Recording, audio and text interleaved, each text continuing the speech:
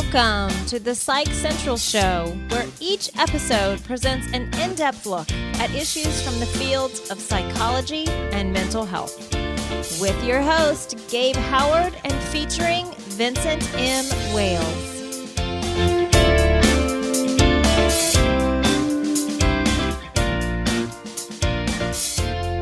Welcome to the show, everyone. We have a special guest with us today. Natasha Tracy is on the show. I have worked with Natasha in the past. She is a great blogger. She has been around for many, many years, long before even I got started, and she lives with bipolar disorder. Recently, she has published a book called Lost Marbles, Insights into My Life with Depression and Bipolar, and she graciously agreed to be on the show with us today. Hello, Natasha. Hi, Gabe. How you doing? I am very well. I am so glad that you're able to be here. As I told you off the show, I've been a fan of yours for a long time, even when I was originally diagnosed. You were one of the few people writing about bipolar disorder way long ago. So it's very cool to share space with you. Thanks for hanging out. Well, thank you for having me. You're welcome. So we'll go ahead and throw it over to Vin, who wanted to ask the first question. Hi, Natasha. As Gabe was saying, you are very well known amongst mental health advocates out there, but I'm sure a lot of the people tuning into this podcast probably don't know you. So how about you tell us about you? Sure. Thanks, Ben. So I have actually been writing about my life with bipolar disorder for about 13 years. I actually got started because I got laid off from a major software company. And a friend of mine said to me, you should be a writer. And I said, I have no idea how to be a writer. He said to me, it's really easy. All you have to do is print up a business card that says writer on the front of it. So basically what I did was I took that writing experience I had gained from that 13-year period, which at the time was about a 7-year period, and I turned that into what has now become a professional career for me, which is writing about mental illness. And of course, I do primarily write about bipolar disorder, but I've written about many, many other mental illnesses for clients. That's basically what I do. I live in the Pacific Northwest, which is lovely. So when I started turning it into a career, basically I started looking for gigs on different boards, and then was discovered by a major mental health site, which was wonderful. And basically, I've been working at this ever since. And I'm really pleased to have launched this particular book this year. There's been a book in my desires bag for basically as long as I've been a writer, but it hasn't come together for me until this year. So, yeah, I'm really pleased about it. It's fascinating the amount of time that it takes to get something like this off the ground. I mean, you sort of touched on that a little bit. One of my favorite phrases is I had to work 10 years to become an overnight success. And it sounds like that certainly is something that you can relate to. Yeah, when people ask me, if they want to be a writer, I say, no problem. Go and write for 7 years, and then you can start getting paid for it. That's what I did. People don't understand that it took me that 7-year period to learn my craft to a point where I was a seasoned professional in spite of the fact that I hadn't been hired before. But that's what worked, was spending those years actually writing. And that's really critical. I'm not an overnight success. That is absolutely for sure. But I'm hoping the book will be. Yeah, well, good luck with that. As a writer myself, I am very familiar with the expression that it takes about 1 million words before you find your voice as a writer. So I'm not sure how many words you wrote in those 7 years, but I'll bet it approaches that. Yes, I absolutely would agree. I actually wrote for those 7 years basically every single day. It wasn't like something I sort of, just played with. And for me, I actually felt compelled to write. So I actually felt compelled to write about my bipolar disorder specifically, and that's what I wrote about basically every single day for 7 years. And for me, it was almost like graphomania. So it was almost like this absolute obsession with writing. I absolutely had to do it every day. And if it wasn't for that driving force, I'm sure I wouldn't be a writer today. Well, one of the things that we talk about all the time in the mental health world is, are people with mental illness more creative? So to tie it back into bipolar disorder, do you feel that bipolar disorder is made you a better writer, led to your creativity? Where do you land on that debate? So I think there's actually no question as to whether people with bipolar disorder are more creative. We absolutely are. And I say we absolutely are because it's been shown in studies that we are. We tend to gravitate to more creative professions. And there are other ways of measuring creativity where people with mental illness, particularly bipolar disorder, do tend to be more creative. Now, as for me personally, I do believe that my bipolar disorder has given me more creativity, but it didn't make me a writer, and it didn't make me a good writer. I made me a good writer, and fate perhaps made me a writer. But it's not bipolar that makes you good. It is you honing your craft that makes you good, but that doesn't necessarily mean that a little extra creativity isn't put in there because of the mental illness. That's probably one of my favorite answers to this question. You know, some folks, you know, they're really like, yes, everything that I have accomplished is due to the illness with a 15% death rate. I'm like, I don't know about that. And, you know, some folks go the other way and they're just, you know, really resentful and they live with a lot of hostility. And we can really tie this back to your book. Your book is in some ways a self-help book, correct? Yeah, so what I like to tell people is Lost Marbles actually straddles the chasm between self-help and memoir. So basically what I've tried to do is take examples from my own life, the memoir portion, and then use that to demonstrate either how to or perhaps how not to deal with any given situation. And that's where the self-help part comes in. So basically for me, I try to offer real-world tips and action steps that people can actually take in their real life to improve their life. Let's hear an example. Do you mind sharing an example with us? No, I don't mind at all. So one of the things that I cover is, for example, tips on how to deal with hypomania. So for me, I've actually been dealing with hypomania quite a bit right now. That's something that's come up for me, and it is covered, you know, in quite a bit of detail in the book. So I use examples, for example, like for me, when I get hypomanic, I don't sleep. For me, I become hypersexual. For me, my thoughts race at 1,000,000 miles an hour. So these are some of the symptoms that I personally experience of hypomania. And when I do, I know that I have to combat those symptoms in very specific ways. So for example, I need to focus on sleep. Sleep is the number one thing for me that affects my mood. And it's a really good indicator as to what my mood will be the next day. So if I don't sleep, likely my hypomania will get worse. So for me, it's really critical to do what it takes to get sleep in order to actually treat the hypomania. So one of the things I suggest that people do is make sleep an absolute priority. And so for me, I consider sleep with a sleep aid, so in my case, a sleeping medication, to be superior to not sleeping without a sleep aid, because some people don't want to take those medications, and I get that. But for me, sleep is so important that I'd much rather take a sleeping medication and get that sleep.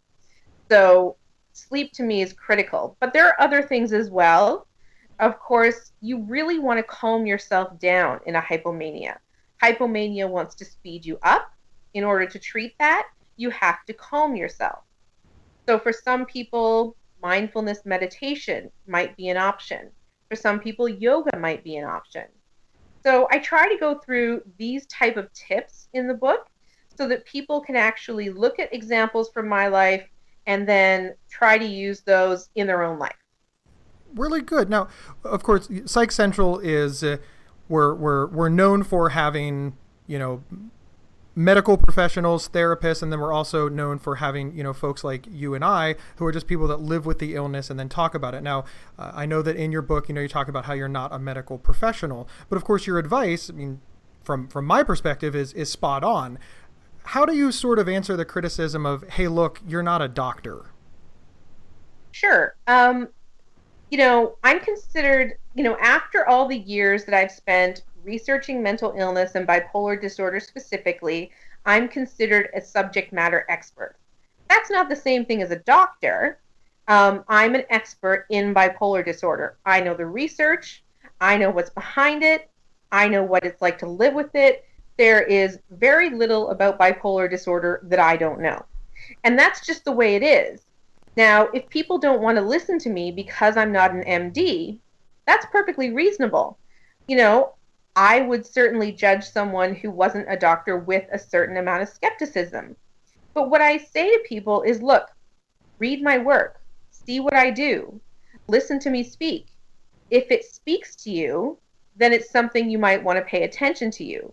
If it doesn't, then maybe it's something you want to discard. So my expertise works for people because they associate with what I'm saying. And of course, some people don't, and that's okay too. I've often had a problem with people who refuse to listen to what others have to say simply because they are not, a doctor or whatever. I just think that people can have an awful lot of knowledge and wisdom about particular subjects that you're just foolish not to listen to. I do agree with that. I think that, some of the best suggestions sometimes for dealing with symptoms are the ones we can give each other. And also, sometimes there are certain situations arise that are common among people with bipolar disorder that doctors don't talk about, but other people with bipolar disorder absolutely will talk about. And that's one of the things that I try to do in my book. I talk about things that other people with bipolar disorder would be absolutely familiar with, but that doctors absolutely don't talk about, either because A, they don't know about them, because it's part of the real experience, or B, they just don't have time or inclination to talk about them. One of the things that I've always respected about you, Natasha, is you go into what I call the gritty areas of bipolar disorder. Everybody wants to cover mania, everybody wants to cover depression, but for example, you write about things like hypersexuality, and that, sex is a weird thing in our culture. Does the book cover, some of those less than, those items that aren't talked about that often? Yeah, so absolutely. I think it's really critical that we talk about the things that are uncomfortable for us. And actually, when I do my writing, when I read it back to myself, if it makes me uncomfortable, then I know that I'm on the right track. That's just the honest truth of it. So, for example, I write a lot about suicide and suicide attempts. And I talk about how when people attempt suicide, it isn't because they want to die. I talk about, two loved ones who may have lost someone to suicide and what they need to know and what loved ones need to know when someone actually attempts suicide. Because these are subjects that people don't want to talk about, and yet I get questions about them all the time. And, things that are self-destructive in nature. For example, you said hypersexuality. That can be extremely self-destructive. People lose marriages. People lose all kinds of things over a symptom that doctors rarely even ask about. So I absolutely talk about gritty things because those are the things that need to be talked about the most. Natasha, what would you say is the topic for you that was the most uncomfortable? Well, I myself have actually attempted suicide. And so talking about that particular experience and what drove me to that particular experience was extremely uncomfortable. So for me, what happened was I was actually denied psychiatric care. And it was a doctor, it was a psychiatrist who saw me. And what she said to me was, "You've tried every treatment and they've all failed. What's the point in you having a doctor?" And so for me, I had no idea what to say to this woman at that point. And what she had said to me basically said, "Well, you can die now because you've tried everything and it's all failed. What's the point in you even trying anymore?" Her point was I should be working on managing a chronic illness. I disagree with her. I disagreed with her then, and I disagree with her now.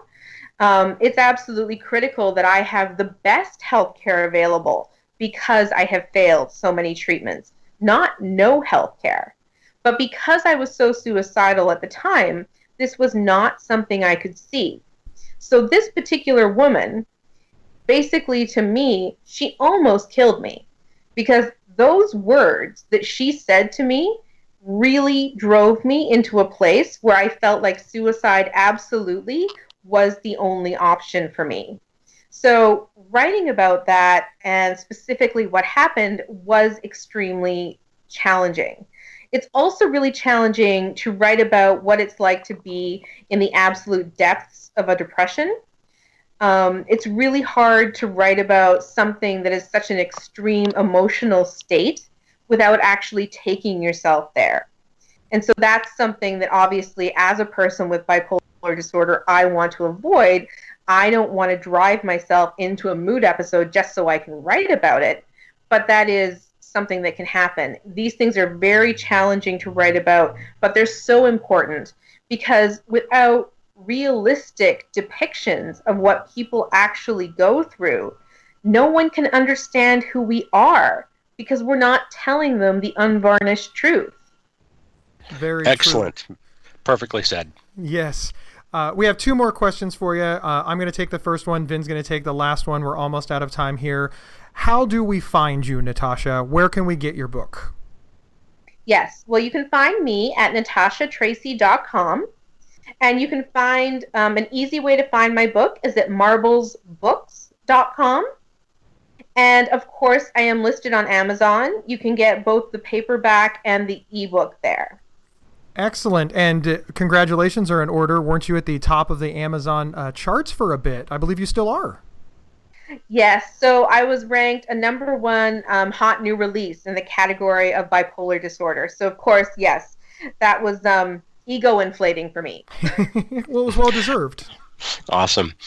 All right, last question, Natasha. If there was one thing that you wanted listeners to know about you, what would it be? That is a really tough one. I guess, so people view me in one of two ways. They either view me as a great success story of bipolar disorder because of, the things I've been able to do. And then some people view me as a great failure because treatments for me haven't been very effective. And even though I support the medical model of treating bipolar disorder very strongly, some people would argue that I'm a failure because I haven't achieved full remission with that model. So I guess what I would say is that I am a combination of those things. I am neither of them, but I am both. I am just me. I'm somewhere in the middle. I'm not a huge, massive success, and I am not a massive failure.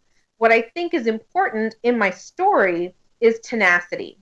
It is the keeping going no matter what happens to you. So even if some idiot doctor woman tells you that you are useless and that you will not get better, you need to keep going. You need to have a belief in you that you can do it. And that's what I think I want people to know about me. I am not special because I'm a writer. I am not special because I've done 150 skydives. I am just the way I am because of this tenacity that I have and this refusal to give up. Fantastic. Thank you so much. All right. Well, thank you, Natasha, for agreeing to be on the show. Vin, thank you for co-hosting as always. And we're going to go ahead and wrap up, and we will see everybody next week on the Psych Central Show. Thanks so much. PsychCentral.com is the internet's oldest and largest independent mental health website. Psych Central is overseen by Dr. John Grohall, a mental health expert and one of the pioneering leaders in online mental health. Our host, Gabe Howard, is a professional speaker, award-winning writer, and mental health advocate.